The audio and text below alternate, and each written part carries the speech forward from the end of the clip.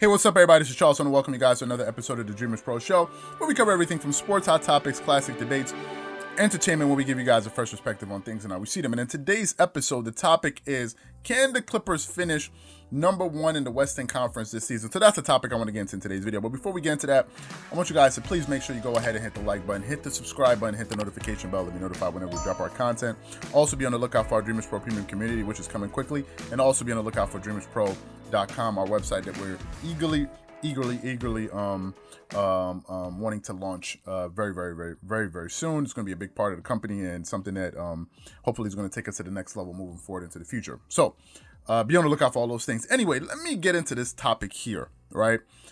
This is a storyline I'm following closely in the Eastern Conference. As you all know, Kawhi Leonard is my favorite player, so therefore I support the Clippers, but I'm also paying attention to the Lakers, and I've said before that the title goes to the Lakers this year in the NBA period, because they're the defending champs, and the title always goes to the defending champs. A few years ago, I think it was 1 or 2 years ago, after who was it? After Kawhi Leonard and the Toronto Raptors had won their title, Steven Jackson was on Skip and Shannon Undisputed, and they were asking who did the title go through, and the Lakers, who hadn't even made the playoffs the year prior, Shannon Sharp was on there talking about is the Lakers, and Steven Jackson looking at him like, what are you talking about? Like, everybody knows that the title goes to the team that just won it. So just to show you on this channel, we're a little bit different than these guys. We're like, we have a little bit of objectivity. We're not just like drinking the Kool-Aid like some of these guys, or, you know, I don't know why they say those things that they say on TV. Anyway, the title goes to the Lakers because that's how it always works. It's been working forever. Whoever's the champ, you have to knock off the champ, and they're the champ until they're knocked off. So it's going to be the Lakers, no matter what. I don't care what's happening in Brooklyn. I don't care how well the Clippers are playing. The title goes through LA until you knock them off.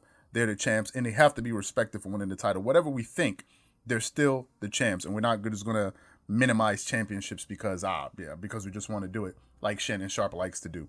So the title goes to the Lakers. Now, last season, it was Battle of LA, and going into this season, some people had the Lakers as some people had them as the favorites. Some people had them as the overwhelming favorites. Some people said that they're head and shoulders above the competition. I don't know if they were referring to the entire NBA, or they were referring to the Western Conference. I never thought so. I didn't think that they are head and shoulders above the Clippers, for a number of reasons. Number one, I don't think the Lakers are the same team that they were last year. They lost a lot of interior defense. However, Frank Vogel is a good defensive coach, and you can see that they have been playing better defense. In fact, they're playing better defense than the Clippers up until this point, and they're holding teams to a lower PPG per game than the Clippers are. So overall, they're playing a better defense. However, Clippers are a bit different than they were last season. They have some new personnel, which has made them different. Secondly, they're the number one team in the league in shooting threes, which they were not last season. They're the number one team in free throw shooting percentage. Number three, they have some of the best three-point shooters in the league on their team. Number four, they have some players that are on a revenge season like Paul George. Number five, they have a new coaching staff, which is, as you can see, they've implemented a new offensive system, a new culture, where you have players like Kawhi Leonard playing back-to-backs, which they did not have before. So it's a completely different team. I don't even want to assimilate this team to last year's team. So when people are saying I'm kind of holding out, I can understand if you want to see if this team is not going to capitulate under pressure come playoff time. That's one thing. However, if you think that this Clippers team is the same team that they were last season, you're sadly mistaken, or you probably have not been paying attention to any of the stats. You probably listen to the Nick Wrights and Stephen A. Smiths of the world, and you probably need to do some research and go look at the numbers and see how this team is playing, because they're a completely different team from top to bottom. And I think I just made that clear with some of the points that I illustrated. If you feel otherwise, please feel free to leave a rebuttal to what I just said, not just say that they're the same old Clippers. We need a little bit more substance than that. Otherwise, your comments won't be taken seriously. Now, this season, however, the Lakers, as I said, they still have LeBron James and AD. And let me tell you something. I think, first of all, LeBron is having a much better season than Anthony Davis. And LeBron James is a better player than Anthony Davis. Anthony Davis would not have been able to sniff an NBA title without LeBron James. That is the fact of the matter. Like, there's no two ways about it. That's why I was kind of perturbed when some people try to suggest that Anthony Davis is the second best player in the world. Y'all are out of your minds, okay?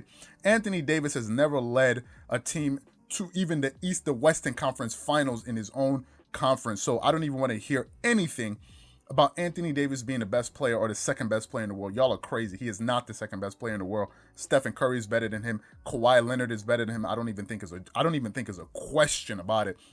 If you guys are just looking off for raw stats and all of that stuff, then James Harden should have been in the finals all of these years. He's had some gaudy stats. Russell Westbrook has had some gaudy stats. He's never led a team to a final. So how can he be the best player second best player in the world? What are we basing this on? Have we lost our noodles? Have we all gone crazy? What are people saying when they say that Anthony Davis is the second best player in the world?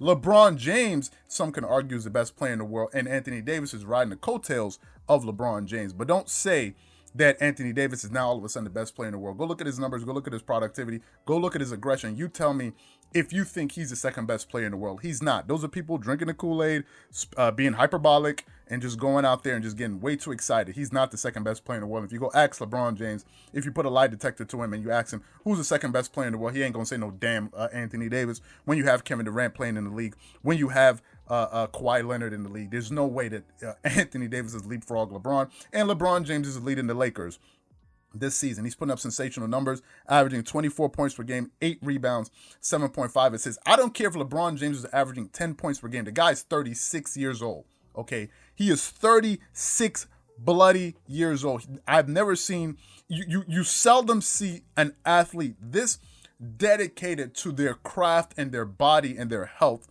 like LeBron James. The last player I saw, because I heard Kawhi Leonard is pretty serious about it, but the last player I saw that was this dedicated to their sport, at least that I'm aware of, I'm sure there are others like Cristiano Ronaldo and others, Floyd Mayweather, but the last basketball player I saw with this type of attention to detail was the late and great Kobe Bryant. Kobe Bryant was, Kobe Bryant was a stickler for his health and his body and his dedication to basketball, and LeBron James is in that realm.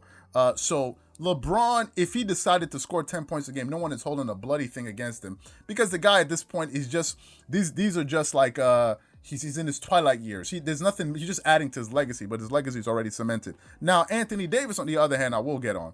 Anthony Davis is having he's regressed this season. Last season, he was averaging about 26 points and up. This season, he's averaging 21 points. That's too much of a drop-off, right? That is too much of a drop-off from what you averaged last season to now averaging 21 points per game. Something has to be said about that.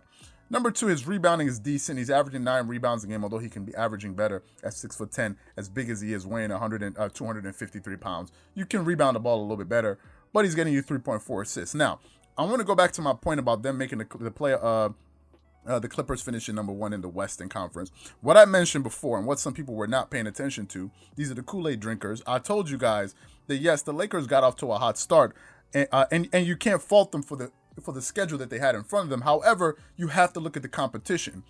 Up until yesterday, they had only played 2 teams that were above 500, right? So that's going to contribute to the record that they have. When you play bad teams, and you're a very good team or a championship favorite, you're going to win a lot of games, right?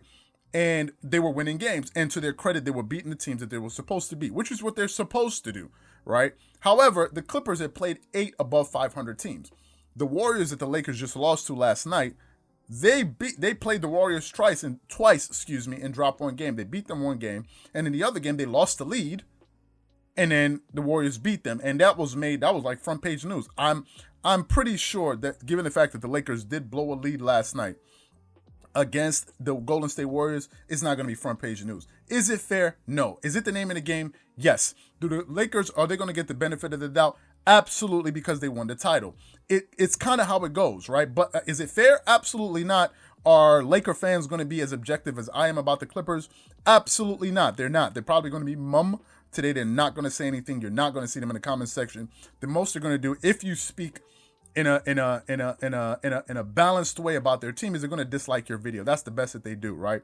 But if you're going to have some honest Laker fans, they're going to come out there and say they should have not have blown that game. But you most likely won't see them, and that really boils down to the type of people that some people are, because some people are willing to criticize their favorite players and favorite teams. So those people I have respect for. But for those who just disappear into the shadows when their team does bad, but always pops up when another person's team does bad and they want to criticize, we don't take you guys seriously. But the Lakers, as I said, They lost that game last night, but they lost to a very good. They lost to a very good team, and now they're tied for number one in the Western Conference with the Clippers. Right? They have identical records now. No. Excuse me. Take that back. I don't know if they've. Yes. No. They still the number one seed in the Western Conference, but they're tied for losses. Right? So the Clippers and the Lakers have identical losses, given the fact that the Clippers have played tougher games. So I'm not. I haven't really. Paid close attention to the schedule that the Lakers have coming up, but they lost that game last night. And listen, the Clippers have some things that they need to work out. Obviously, as I said before, their defense is not where it needs to be. Their defense needs to catch up to their offense. But I still think with all of these different things that they have to work out, a new coach and all these different things, a new system, new culture, for them to still be the number 2 seed is impressive. That's impressive. Now, are they going to try to make a push for the number 1 seed? I don't know, but they should. They should, because you can make a statement with that, and those things matter. LeBron James understands that these things matter. LeBron will try to get every single advantage over you, whether it be physical or symbolic, to show you that their team is better. And I think that the Clippers need to go out there and get it, get that number 1 seed. Can they finish a seed? Can they finish in the Western Conference with the number 1 seed? Yes, I do think they can, right? I do think they can, because to be quite honest with you, I think they're the best team in the West, right? Maybe me and a few others believe that. I think they're the best team in the West. Now, are they going to win the NBA championship? I don't know. However, I do think that they have as good as a shot as any other team in the NBA to win the championship. Will they win it? I don't know. I'm not ready to make that proclamation, because I have to see how they perform in the playoffs, and to see if they're able to overcome and exercise some of the demons that they had last season. However, the question remains, can they finish with the number 1 seed in the West? I think they can, because they've gone through a pretty tough stretch to begin the season. I think they have a 4-game. They're going to be playing the next 4 games or the next 3 games at home. I don't know if that makes a difference, given the fact that there are no crowds in these games. But can they do it?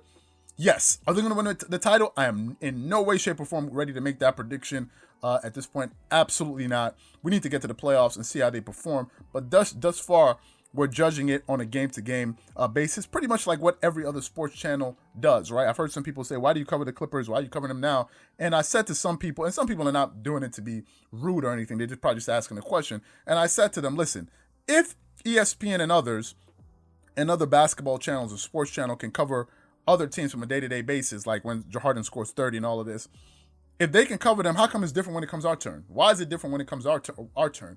Is it because we're a small channel? I mean, what is that about? They can talk about it, but we can't, so we should just wait until June or May to make basketball videos? That's absurd. We're a sports channel. We're going to make sports videos every blessed day. As you can see, we're probably the most consistent sports channel out there that's independent, probably on YouTube.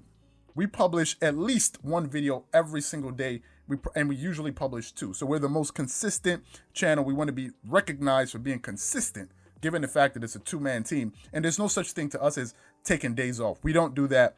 You need to come up with content every day and keep your audience engaged. That's one of the reasons why we produce content. And there's no day that's going to go by where we feel like, oh, we shouldn't produce content because some people feel some kind of way about it.